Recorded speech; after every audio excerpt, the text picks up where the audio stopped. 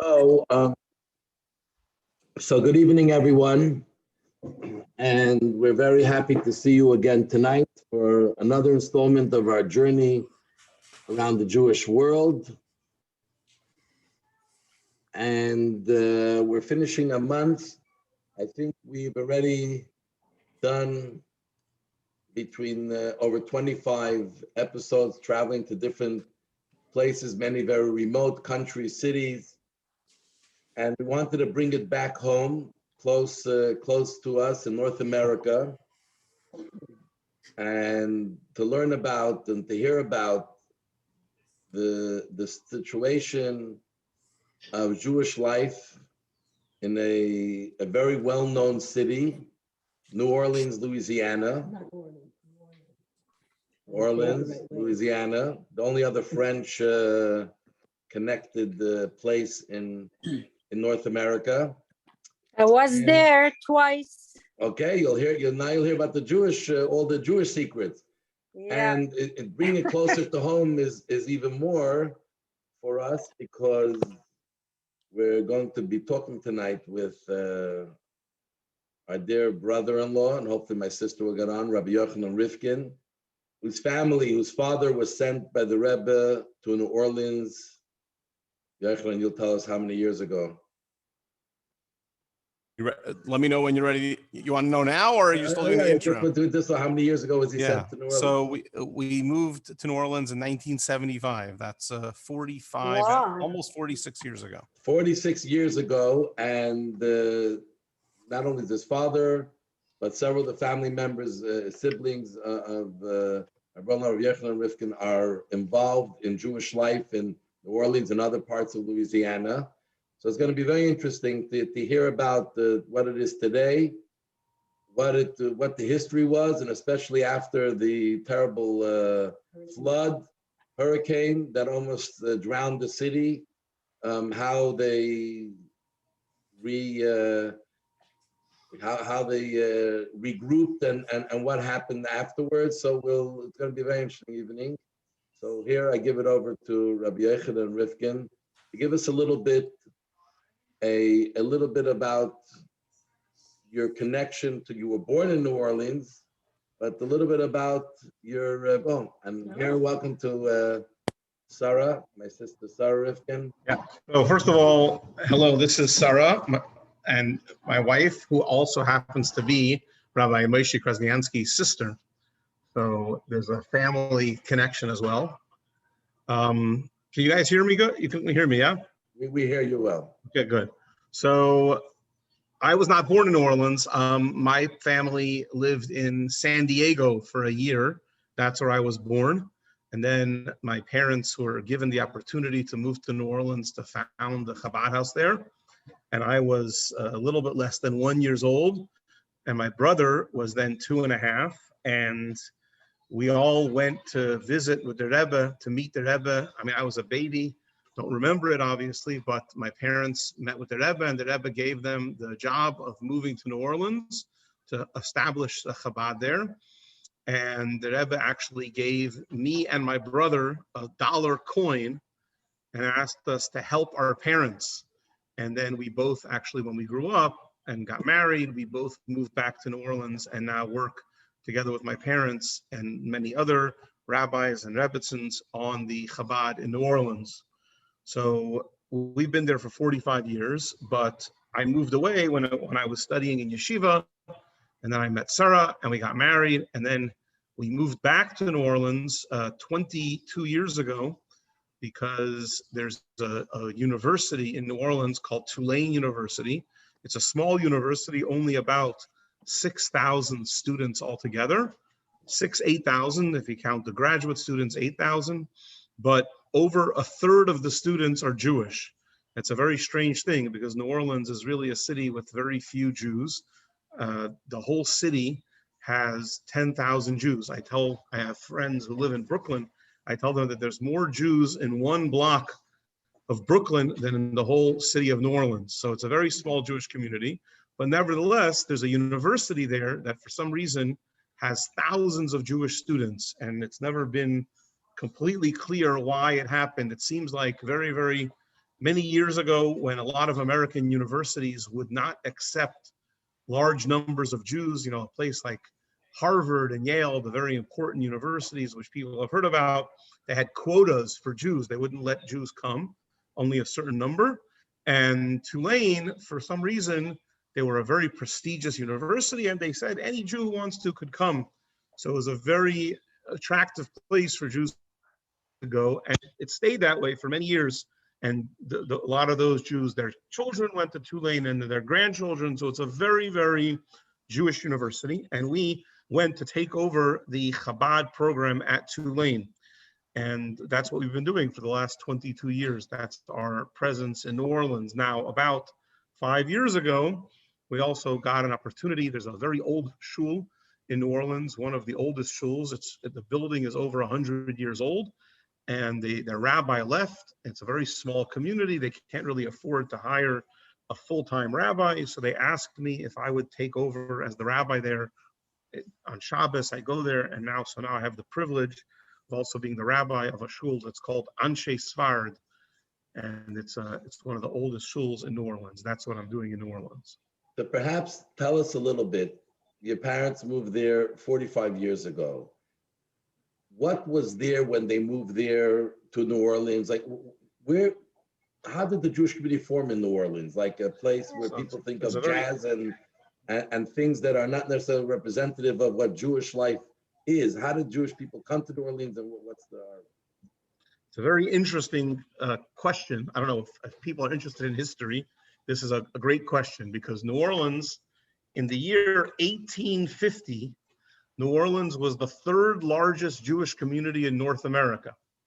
There were about 20,000 Jews or so living in New York, and there were about 15,000 Jews living in Baltimore, and there were about 7,000 Jews living in New Orleans. Now, New York since then grew a little bit, so now there's probably several million. And the same thing, Baltimore and many other places. New Orleans didn't really grow. The Jewish community didn't grow past the 7,000, but it's a very, very old Jewish community. And the reason why it was such an important community is because New Orleans was the center of trade for the entire United States. All of the goods that were produced in the United States had to go through the Mississippi River to New Orleans.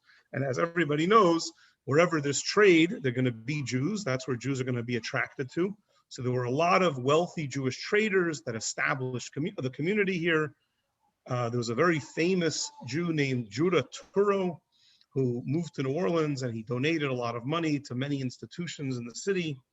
And in fact, you know probably that in 1860, there was the revolution. The southern states seceded from the north, and the United States had a civil war. And the Secretary of State of this Confederate States of America, his name was Judah Benjamin. He was a Jew from New Orleans. And he was also, before the Civil War, he was the senator, one of the senators of Louisiana. So there's a lot of Jewish presence in New Orleans, very, very old presence. Now, since the early 1900s, New Orleans as a city has been deteriorating. And as a result of that, the Jewish community, as it's grown in other places where there's business and commerce, hasn't really grown very much, because there's not that much that Jews have to do here in New Orleans. A lot of Jews like to come visit New Orleans because it's a very fun place to visit, but it's not really such a great place for, that doesn't have so many great jobs, and so it doesn't really tend to attract young Jews. But there was, when my family moved to New Orleans in 1975, there were several Orthodox congregations as well as several Reform congregations and conservative congregations. So it was a pretty established Jewish community, and it was a little bit challenging for Chabad to come to a community like that, because there was so much of a big Jewish presence there. But thank God my father was able to connect with many people who were able to help him build up his place in the Jewish community. So that's some of the background. Okay, so that is very, very interesting. So, we're in the city of Montreal, where it's quite an old Jewish community. In the early 1900s, it was already strong. a lot of the people who are here now, who live here now, their parents or grandparents or great-grandparents or sometimes great-great-grandparents were, came to Montreal and they've lived there since. Is that the same thing in New Orleans? Like the community you have there now, are a lot of them people who have been there for generations? Or Yeah, there's so a there's turnover and it's new people? So it's interesting because anyone that you talk to in New Orleans, they're all related to each other, except me, because I only moved there 45 years ago. So for me, I'm like basically a newcomer because there are people whose families are there over 100 years, 150 years. There was a big wave of German immigration, Jewish German immigration in the 1860s and 1870s. And then again, the Russian and Polish Jews came in the early 1900s. So it's like that in New Orleans. There's people who have been there for generations. Of course, not everyone. There are others who come from other places, Israelis, Russians, the typical group of Jewish immigrants, but there is a core community that's been there for over 100 years. So I want to, she's sitting very quietly. Your wife is my sister, Sarah. Hello, Sarah, how are you? Nice to see you with your beautiful baby. You're new to New Orleans. You're young. I mean, the Rifkin family, 45 years young, but you're much less years. About half the time that they were here, I've been here. Exactly. And brought up your whole family there, and Baruch Hashem, beautiful. So tell us a little bit. You came into a place in New Orleans. You came from a big city, New York, and then come to New Orleans, a small city. What was your impression as a Jewish community coming in? And how do you think it's developed over time that you're there? It's developed or not developed, or how it's moved along the last 20 plus years? So first of all, if any of you have ever come to the South, there's a stereotypical Southern personality that you can really feel in New Orleans. It's very friendly. Everyone says hi to everybody. Everyone, if I'm pushing a stroller down the street, everyone's going to stop and look at the baby and ask if they could help and, tell me about themselves. Everyone's more laid back and slow, and that has its, frustrations, but it also is very nice. There's a very good energy here, and people that come and visit really, especially if they're from New York, they really notice the difference here. So that's always been a constant, the friendliness. But Yochanan mentioned that mostly we interact with the Tulane students who are from the Northeast. So sometimes I feel like, I don't know if I'm in New Orleans or if I'm in a Tulane bubble, it's a little bit of a different feel. One thing that I have noticed that's changed over the years is after our Hurricane Katrina, which I think we're famous for, that catastrophe. So after that, a lot of families who had lived here, who had children, they opted to not return to New Orleans when it reopened. They were very well welcomed into Jewish communities all over. They were given houses and jobs, and they felt like coming back to New Orleans right after the hurricane might not be such a great idea for a family. So a lot of families never returned, and instead a lot of young Jewish people who had graduated, people who just wanted to volunteer, who are very idealistic, who wanted to make a difference. So many of them ended up moving to New Orleans to get involved in rebuilding the city. So that kind of shifted the dynamic of the community, where a lot of new Jewish blood came here. Some of them stayed for a few years and ended up leaving when it was time for them to start their own family. But a lot of people ended up staying and bringing their friends and family down with them.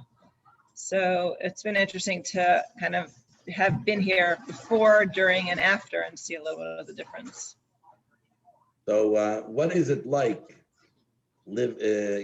coming back to a city after went through what happened in Hurricane Katrina, damages in so many people's homes, in your home and many other people's homes, and institutions damaged? Like, what is it like to come back and to almost rebuild life? And we actually, that's right, we're lucky, I think, to have you with us.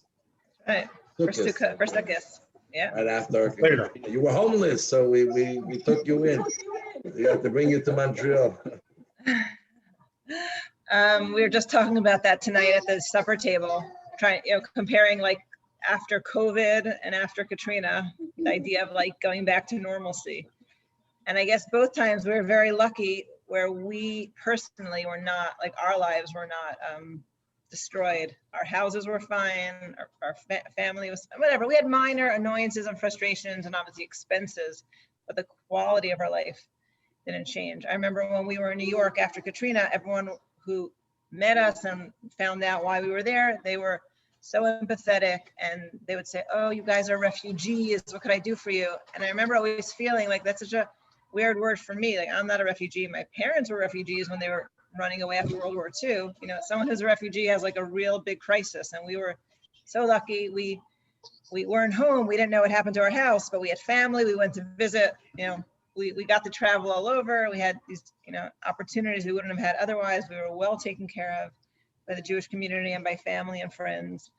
So we never had the trauma that a lot of people did have after Katrina. So we were lucky in that way. And I think that enabled us, when we came back, we were able to really become a support to the community because we were okay, you know, personally. So that whole first year, like every Sunday, Yochanan would organize groups of students who would come and volunteer to gut people's houses, to get rid of all their stuff and help them rebuild. That was like a full year project. More than a year, it was several years. Yeah, there was a lot of rebuilding. A lot of the institutions, a lot of the schools were damaged and had to be rebuilt. We were actually about to start a construction project on our student center. So that was obviously very difficult to do after Katrina. There was a lot of disruption, there's a lot of replanning. But on the other hand, I would say that there was a big advantage in that everyone in the community understood that a big crisis happened and we had to rebuild. So there was a lot of community unity, a lot of planning among the leaders of the community where people thought about what can we do to make New Orleans a better place for the Jewish community. And Sarah mentioned earlier this influx of young people who came to the city. I think that the Jewish community worked very hard to welcome them and to make them feel like they could become part of the community, which is something that was a big emphasis after Katrina. So tell us about the idea of community. It's 7,000 people amongst what, 500,000 or 750,000? So now it's more like 12,000, Baruch Hashem. Okay, so thank God. I'm saying, but you know, 12,000 out of, let's say, a million. Yeah, so it's 12,000 is a very nice number.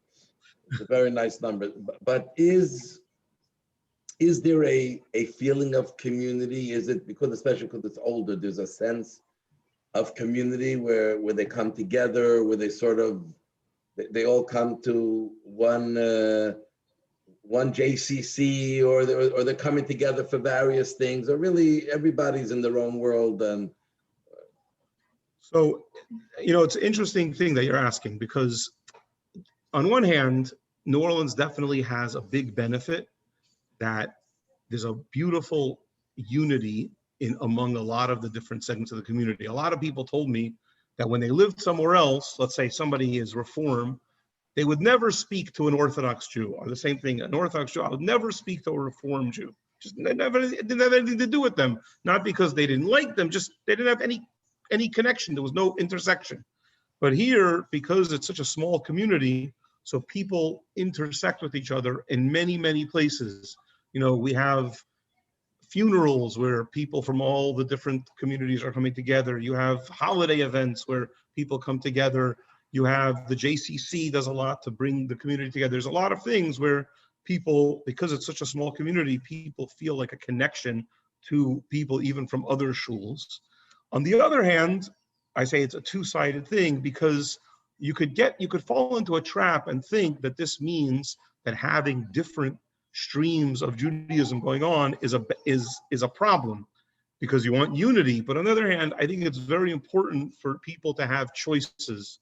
And I found that even with our work on campus, you know, in the beginning when we came, so there was a Jewish organization called Hillel, which does a lot of work on campus.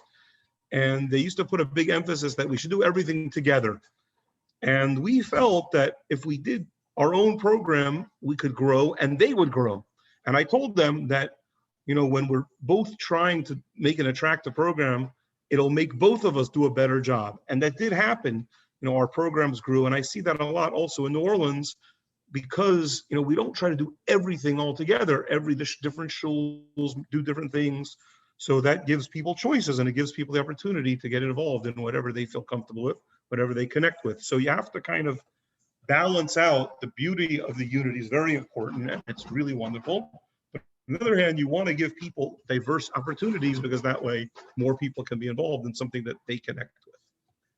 So that's very well said, and it definitely is definitely something that obviously works there. Are there a lot of shuls in a city like New Orleans? Are there a lot of synagogues, a lot of shuls, or it's really a handful you can count on your hand? I could tell you that there are 6 shuls in New Orleans, in the city. Not just the city. You must have big shuls to fit 12,000 people. It must be big shuls. So on Rosh Hashanah, I would say 5,000 people probably go to shul. And yeah, so the shuls, they fit, How many of them? This is How many of them Yisrael. are Chabad houses? We have 2 Chabad houses plus the student center. Mm. So there's a Chabad by us, and then there's one in Metairie in our suburb, and then there's the student Chabad. So you said when Chabad, and how many Chabad families are serving within these Chabad centers and the student center in a place like New Orleans? We have altogether in New Orleans 8 shluchim families, and there's also my sister and her husband live in Baton Rouge, which is about 70 miles away, but we consider it part of the greater New Orleans Jewish community.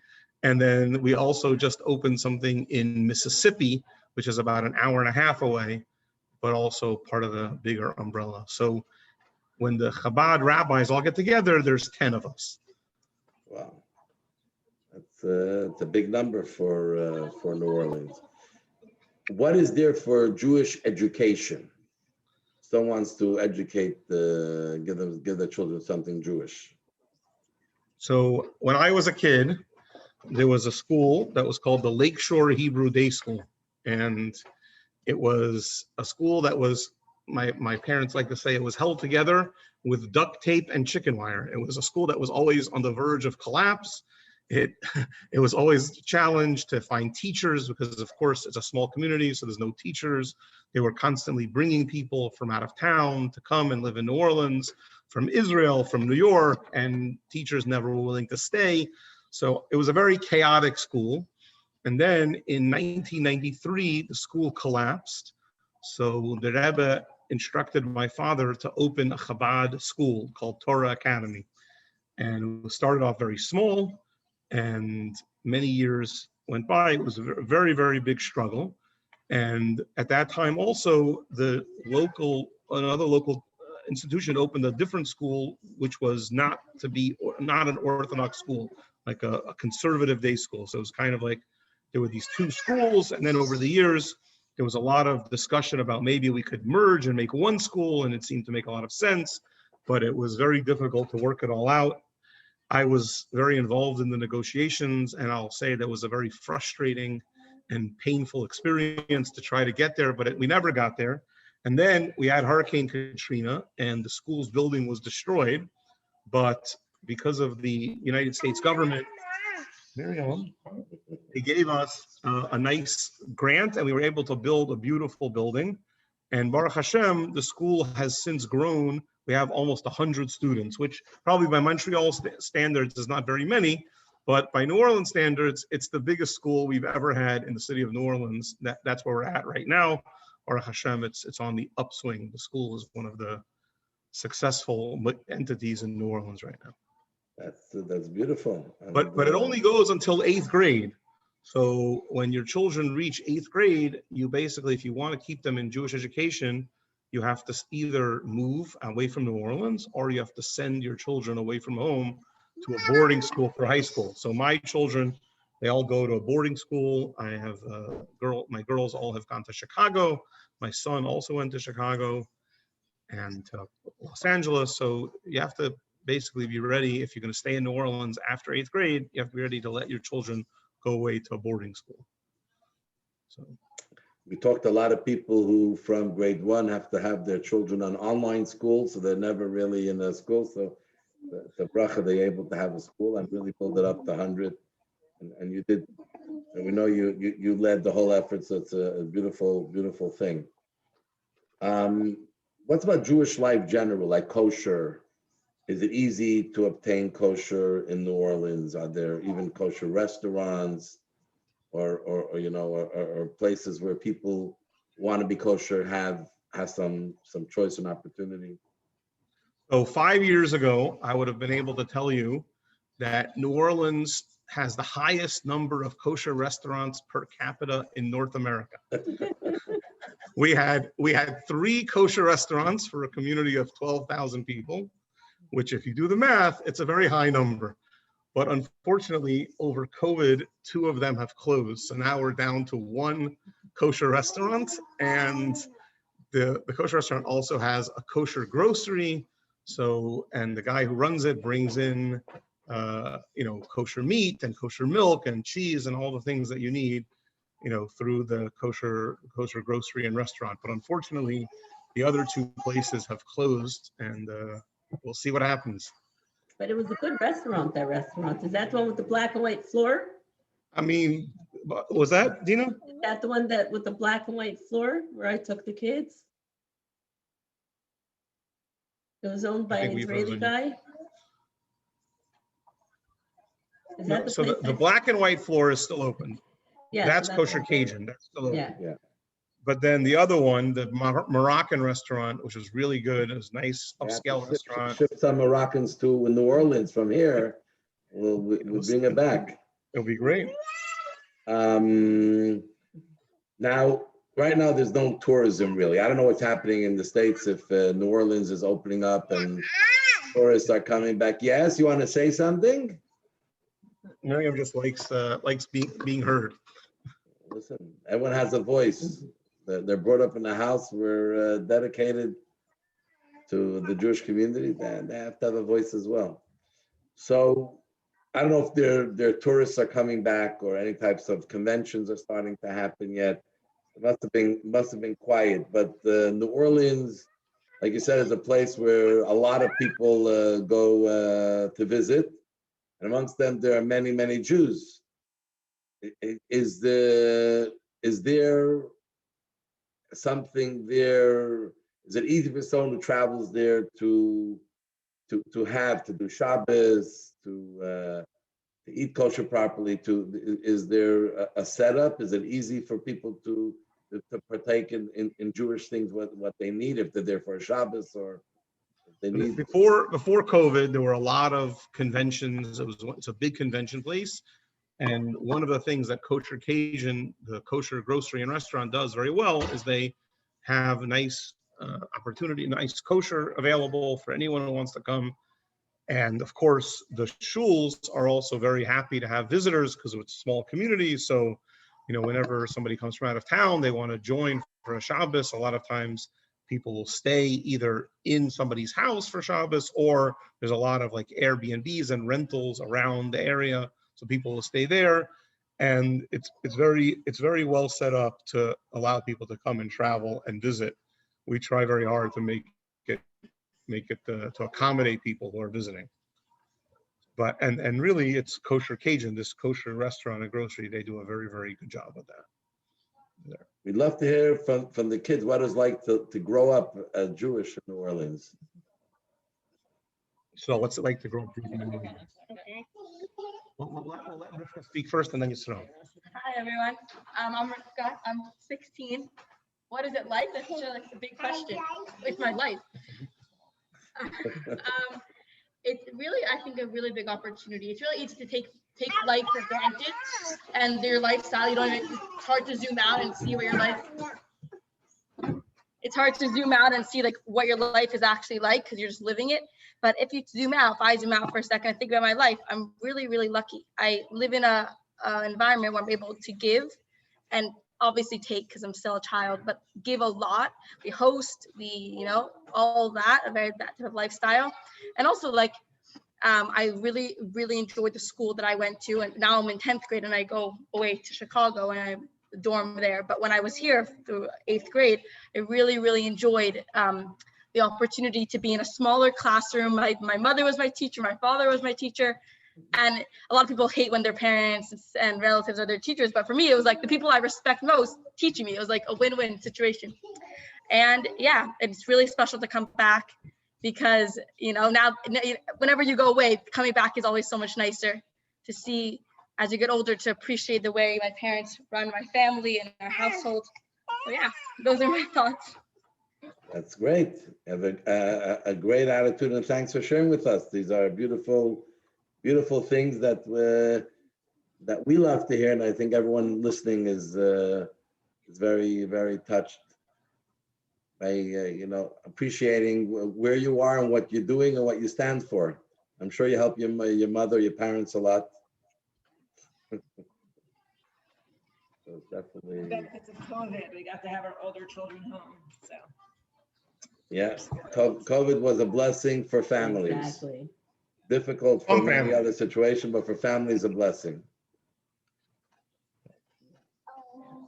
So what is?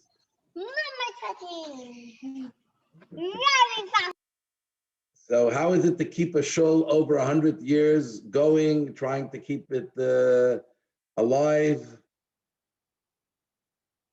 So the thing with the shul, the interesting thing about the shul is that this shul is in an area that 100 years ago, there were 6 or 7, some people say 8 Orthodox shuls in that neighborhood. It was like the neighborhood where all the Orthodox Jews lived. And like most cities in America, over time, these areas became much less safe for families, and a lot of families moved to the suburbs. It's like a story you'll hear if you go around America, you'll hear the story over and over. So all these shuls, the shuls that were there, either they closed because they couldn't keep their members, or they left, they moved to other places.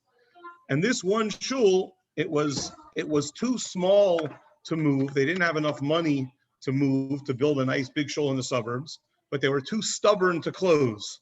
So it was a perfect combination. The typical Jewish. Yeah, too small to move and too stubborn to close. So this group of maybe 15, 20 members, they kept it going and kept it going, kept it going. A lot of these people, these were people who joined the shul after the Holocaust. They came from Europe, and they were a group of Holocaust survivors, and they were incredibly stubborn people. They would not move the shul. They would not close the shul. All over time, other shuls begged them, why don't you just merge with us, join us? So no, we have a shul, we have our own nusach. They daven nusach sfard. It's a different prayer service than the rest of other shuls. We are staying open as our shul, and it's amazing that these people had this stubbornness, and it's really rewarding because when I'm there on a Shabbos, I'm standing in a room where people literally sweated and bled to keep this place open, to keep it going. It's a real merit to be able to be part of that. It means a lot to me. And also, you look around the room, on the walls, the names of the people. Like I said, everyone in New Orleans has been there for 100 years. So like all the names that are on the shul are all people that I grew up with, my friends, their grandparents, their great grandparents. These are all people that I recognize from the names on the shul. So it's really a unique thing. So you said the shul is called Anshe Sfard. Is there is the New Orleans Jewish community mostly of Ashkenazi European descent, or was there a Sephardi component, or is there still? So the original 200 years ago community, the first Jews that came to New Orleans were Sephardim. The very first shul that opened in New Orleans was an actual Sephardim from Amsterdam, from like the original Spanish Jews that were chased out to Amsterdam. Then all the other shuls since then have been Ashkenaz, and even Anshe Sfard, which is called Anshe Sfard, was founded by Jews from Poland and Lithuania. But their nusach, the prayer book that they used, was the Sephardic prayer book because they were probably from Hasidic families, and therefore the shul is called Anshe Sfard because they use nusach Sfard. So for people, I think for informational purposes, because we're talking about America here, every city is unique, every place is unique. New Orleans has a history that I'm sure some other cities in the South share, a long history. Most cities in America do not have that long of a history. It's very new community, transient. But what is the makeup of New Orleans? Because that's what we're talking about, New Orleans, in terms of Jewish affiliation. So let's look at a city like New Orleans. There's 12,000 Jews, and I'm sure including students. I'm not sure if you're including students. What's the makeup of affiliation? The Orthodox, conservative, Reform, non-affiliated. What is a picture of a city like New Orleans? So, I mean, it's like most southern cities that the majority of the community is Reform. It's just that's how it is in a lot of cities in the American South. The majority of the community is Reform, but What I think is maybe a little different from other places is that because it's all people who their grandparents and great grandparents were in New Orleans, so a lot of the members of the other synagogues, their grandparents, their great grandparents were members of the Orthodox synagogues. So there's like a real warmth to the Orthodox community, despite it being much smaller than the Reform and conservative community. So I would say it's, in terms of affiliation, it's 70% Reform, maybe 15% conservative, and 15% Orthodox. That's probably the breakdown in terms of affiliation. So you're saying everyone belongs, everyone, and most people belong. No. Like I said, at Rosh Hashanah, about half the people are members of a shul. There's a very large unaffiliated. I mean, New Orleans prides itself on being a very affiliated community compared to other cities in America. The percentage of Jews who are members of synagogues is much higher, but still there are many unaffiliated Jews. You meet Jews all the time. Ask them, where do you go? Nowhere. Don't go anywhere. It's an interesting thing. We imagine all Jews are members of synagogues, but it's not true. There are many Jews that are unaffiliated. Yeah, no, we look at a city like Montreal. Montreal is very unique in North America, even compared to other Canadian cities where it's a very high affiliation. Very high percentage of Jewish kids go to Jewish school, much more than anywhere else in North America. And yet still, no, we also have people who are unaffiliated, that just don't go anywhere, but it's a smaller percent. Well, in America, many cities, the unaffiliated who are just not connected to anything, to run much higher. So that's why, but I know in the South, it's a little more, they have a little more roots to their Jewish, in their Jewish life. So it's interesting. So living in New Orleans today, we're all looking forward to very quickly going to Israel with Mashiach, with the Rebbe, and we're all being together in the place of the Jewish community very strong. But living in New Orleans, what do you look forward in the future? Like, what are you're building towards? Obviously, you cater to the students, and I'm not sure if the students is any sort of, the student body is their own little universe, and really them and the city are two different worlds that don't mix like in many places. So what are we building towards? What like for me right now, as far as the community go, obviously on the student level, it's a population that changes every single year. It's new people, and we try to affect people on a personal level. As on the community level, I think that the fact that the school has managed to get a foothold and grow, and that has attracted a handful of families to move from other cities to say, you know what, there's a school there, we can live there. And, if a person finds a job, a person finds a house. So I think that the future of the New Orleans community is actually very positive. There's a real opportunity to see the community grow, I think, over the next 10, 15 years, of course, if we don't all end up in Yerushalayim, hopefully very soon. But you're seeing this in a lot of places. There's this expression among the big Jewish communities in New York, out of town, right? People, but I think that more and more, a lot of younger people want to move. They want to settle in a place that has a Jewish infrastructure. So, in the South, you look at other cities like Atlanta and Houston, which are cities that are growing, the big Jewish communities that are getting bigger and bigger. And I think that you could imagine a city like New Orleans, maybe, Mirz Hashem, with God's help, becoming something like that, where it would be a bigger community with a lot more people because of the school that's there and the opportunities for education. Hopefully that would attract more and more people. God, and Mirza Hashem should happen and grow in an incredible way. What is a small Jewish community, but it's been there for a long time? What's the relations with the general population? Meaning, some parts of the South, there was deep, Jew hatred. Some parts of the South, they're very, they're very accepting of the Jews. What is life like in terms of anti-Semitism, in terms of the Jewish community being there? Are they low key? Have they been very involved in business and in government or in other types of activities? So, I mean, New Orleans has a very interesting nature, that it's because it's such a weird city. It has so many different cultures that are all mixed together in New Orleans.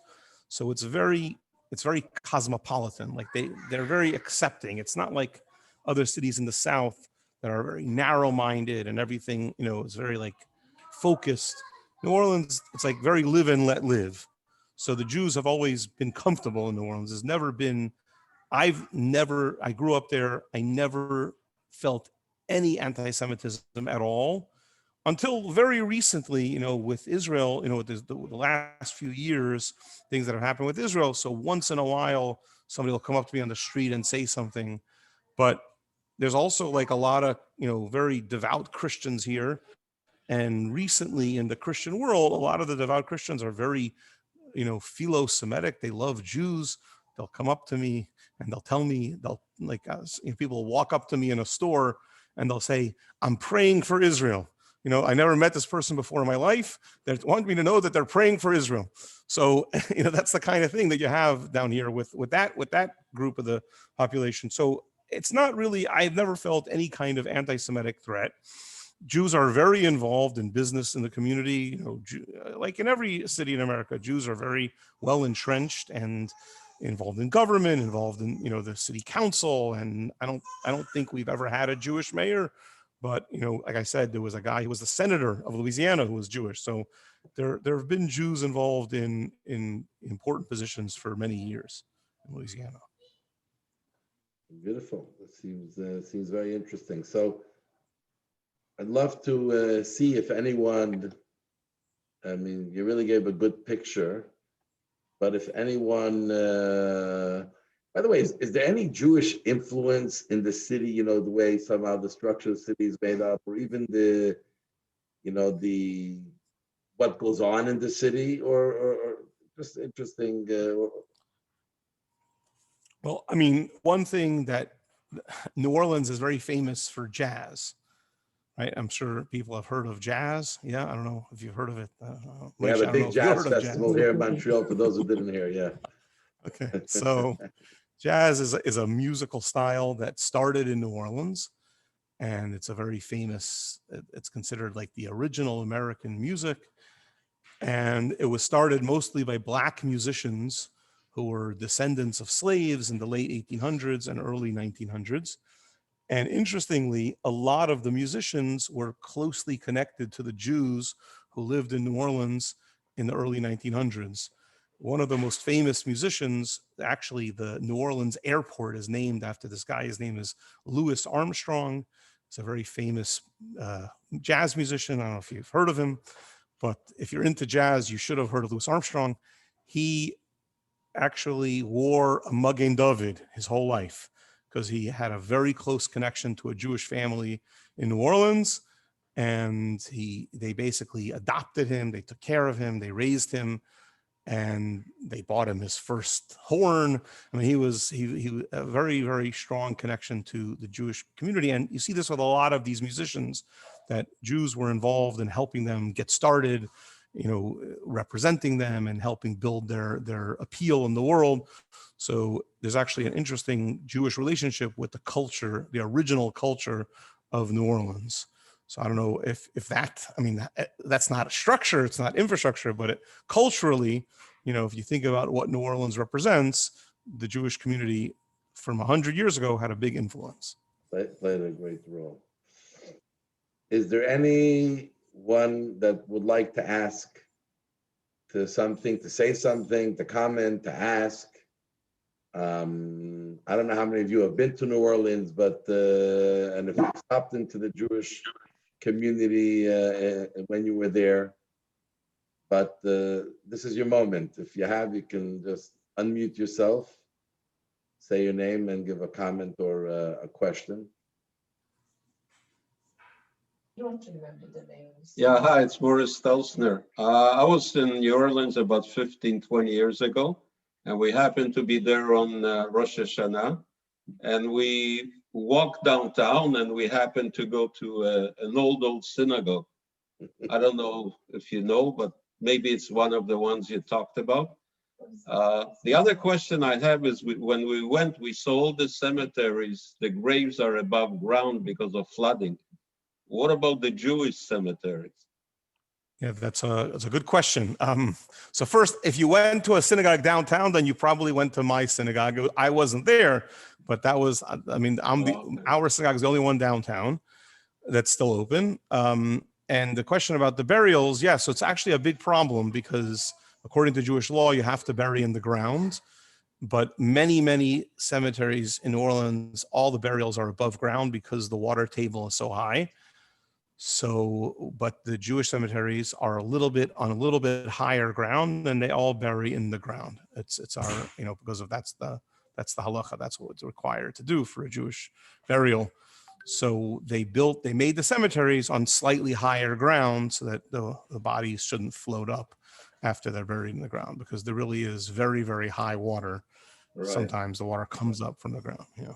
I remember actually when we were in Venice, how the same issue with the cemetery in Venice and the Jewish cemetery was made a little bit different to accommodate this issue of below the ground or above the ground. Thank you, Morris. So you went, you know what synagogue you were in now? Anyone else? Yeah, I mean, they welcomed us, and it was Rosh Hashanah. They invited us. They honored us. It was like mostly older people were there, like the members. They were like older. That sounds like my synagogue. Yes, I'm sure. Yeah. It was like walking distance from because downtown. I know there was at that time there was the hotel I stayed across. There was a casino. I remember they just built a casino there, so it was in that area. Very nice city. Beautiful. Did you win money? No, I didn't go to the casino, but I mean, we walked by, we saw it, and then we went on a boat ride. There's a nice boat ride there, and then there's a nice garden also. We went like a natural garden or something. I remember we went for a tour, and I remember there's tramways there on the streets. Yeah, exactly. Yeah, beautiful. Good. Anyone else? Comment, question? Solange, you could talk. Well, I've been there because we were in a cruise, but in 2019, we caught the hurricane and the boat couldn't dock in Miami, so they docked in New Orleans. But in 2016, I was again with my daughter and her children and her husband. There was a lot of music on the street. And as the rabbi said, not too much kosher. But in 2019, we found the kosher restaurant. We called them. It was like 5:45. We were far away. We were in a hotel next to the airport. They said they're closing at 6. So it was nowhere that we couldn't go. But it's very nice. They're very, they like to sing. They like to drink, music everywhere. And the French Quarter is very nice. Bourbon Street, I think, if the rabbi can confirm. I've never been to Bourbon Street, but I'm sure it's wonderful. The rabbis don't check out the French Quarter so fast. Very animated. For the tourists. No, the truth is most of the French Quarter is beautiful. There's a few places that are probably not the most wholesome family entertainment, but the city is a beautiful city. There's a lot of wonderful things. And I'll just say, there's plenty of kosher food. There's just a lot of non-kosher food also. You know, It's true. a lot of the food that New Orleans is very famous for is not kosher because it's Yeah. a lot of A seafood. lot and of things. fried chicken. Beautiful. And Thanks, it's not Solange. kosher. Yeah. Anyone else have anything? Any other comment or question? Dahlia, you look like you're very enjoying it very much. Yeah. Very nice. Beautiful, Hold beautiful. on. Dahlia, you're muted. Gotta unmute yourself. Okay, now I'm all yours. Dahlia, so you enjoyed it tonight, Safta Dahlia? Very nice, very interesting, very nice. I wish I can come to visit you. New Orleans is my place to go. Well, you should come. You're Of welcome. course. I'll Come go. on in. Rabbi Moshe is going to organize with Dina a trip there, and I'm the first to come. The question is if you'll Huh? take What Ari do you with say, you or Dina? not. Be'ezrat Hashem. Be'ezrat Hashem, that's it. But you're not going there to visit the French Quarter. You're going to go visit the Jewish community. The Chabad. The Jewish all community, the the Chabad. Chabad. That's gonna be our tour. That's it. We can It's visit going to be everything. more spiritual. Exactly. Beautiful, beautiful. Any Rabbi other? Kwanansky, I want to come to Dubai. Oh boy. Okay, but now we're Okay. talking about New Orleans. Now we're talking about New Orleans, not I Dubai. know. I want Dubai. Okay, you could email the rabbi, okay? Are you really doing a Dubai trip? Yeah, in October, Mitzvah Shem. Amazing. Okay. My brother is going. Okay, Yeah. okay. Now let's focus on New Orleans Now we're because we have the focusing on New rabbi here. Orleans. So any other last, or else we will sort of close off the evening. I really appreciate Rabbi Yechanan Rifkin giving us his time and your time and really educating us well what was, is, and what will be, and the spirit of New Orleans. And we wish you lots of success, you and Sarah, lots of success, along with all the other shluchim, all the other rabbis and Jewish leadership that is there. And Continue we're sorry building. we took you from the busiest time of your day. Yeah, and really appreciate All it very good. much. Okay, can I conclude with a quick Dvar Torah? Is that okay? For sure. What kind Right. of question? So in the Parsha this week, we have all of the blessings that were given by this non-Jewish prophet. He gave these blessings to the Jewish people.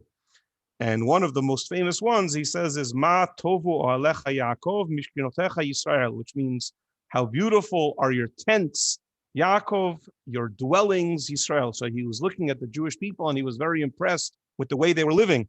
And we say these words whenever we begin the prayers every day. We begin with these words because it refers to the synagogues that the Jewish people build wherever they go in the world.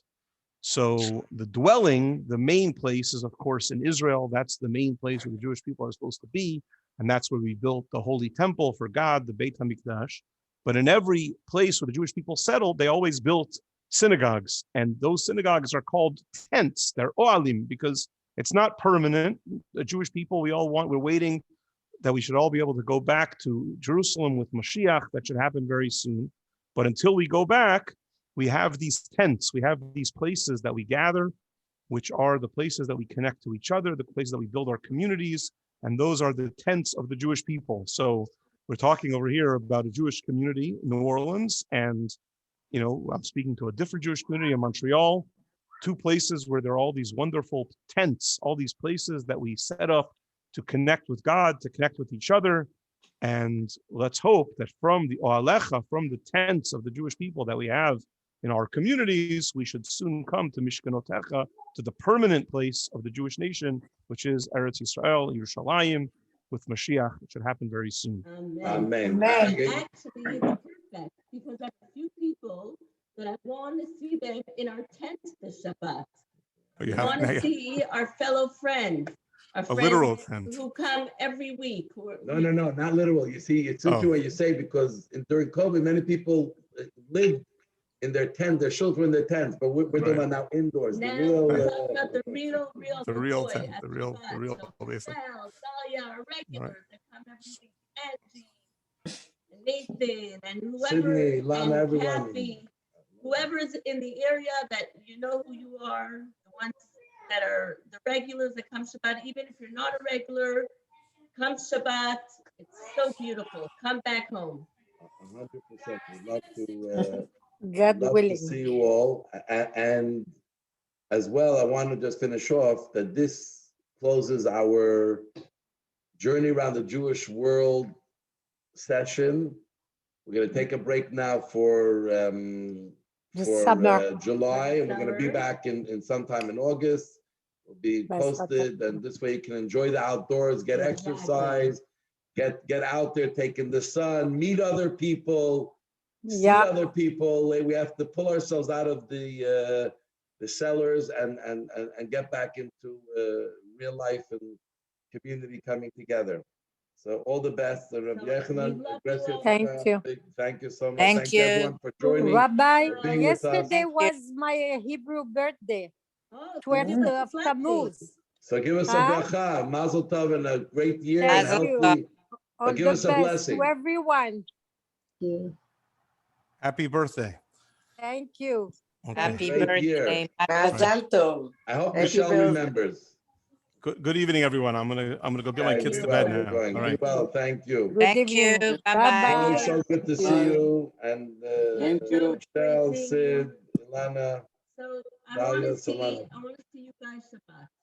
I was actually going to make some calls tonight, but I guess I see you in person on Zoom. So please save me from making the phone calls. I have other things I'll do then. And please come to Shul Shabbat. We will How's that? try. Thank you. Thank you. All Thank the you, Baruch best. Hashem. Okay? We try our best. Shabbat Good. shalom. Good. Thank Okay, you, see you. Rabbi. Shabbat shalom. Thank you, We love Take you, Dina. care. love you. Bye. Bye-bye. Michelle, Bye. great to see Bye-bye. your smile. Thank you, Gina. Yes, Bye-bye. see you. Bye, Claude.